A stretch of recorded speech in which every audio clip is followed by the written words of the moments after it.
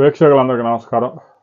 గత కొంతకాలంగా సోషల్ మీడియాలో, ఎలక్ట్రానిక్ మీడియాలో ముఖ్యమంత్రి చంద్రబాబు నాయుడు కేంద్ర ప్రభుత్వంలోకి వెళ్ళిపోతూ ఉన్నారు.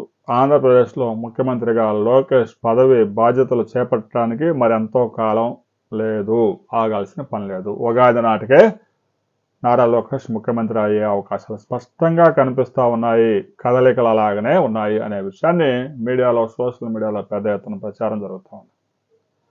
ఇక బీహార్లో ఎప్పుడైతే నితీష్ కుమార్ ముఖ్యమంత్రిగా పదవికి రాజీనామా చేసి రాజ్యసభకి నామినేషన్ వేశారో దీనికి మరింత బలం చేకూరుతూ ఉంది.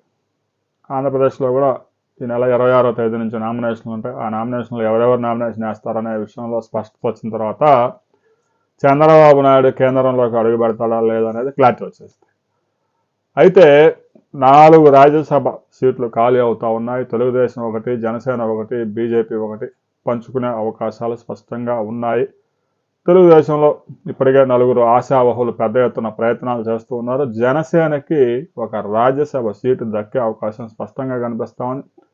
రాజ్యసభ సీటుతో పాటుగా కేంద్రంలో కేంద్ర మంత్రి పదవి జనసేన పార్టీకి వచ్చే అవకాశాలు ఉన్నాయనే విషయం కూడా జాతీయ మీడియా ప్రముఖంగా ప్రచురించింది.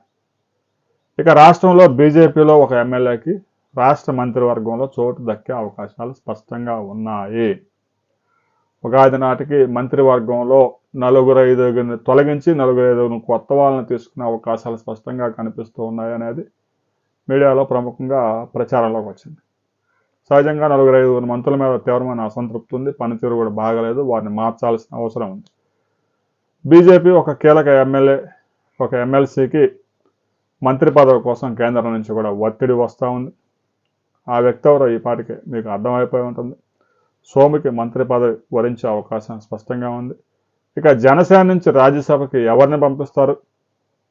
ఇప్పటికే ఉన్న జనసేన ఎంపీలు ఇద్దరిలో ఒకరిని కేంద్ర మంత్రి చేస్తారా అనే విషయంలో జనసేనలో ఇప్పటికే ఇంటర్నల్గా మీటింగ్స్ అవుతూ ఉన్నాయి.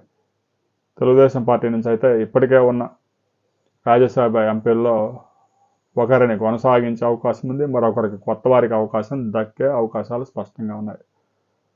కేంద్రానికి చంద్రబాబు నాయుడు వెళ్తారా లేదా అనే విషయం మార్చి 26వ తేదీ నాటికి స్పష్టత వచ్చే అవకాశం ఉంది. ఆ తర్వాత మరిన్ని వివరాలతో మరో వీడియోలో మనం కలుసుకుందాం.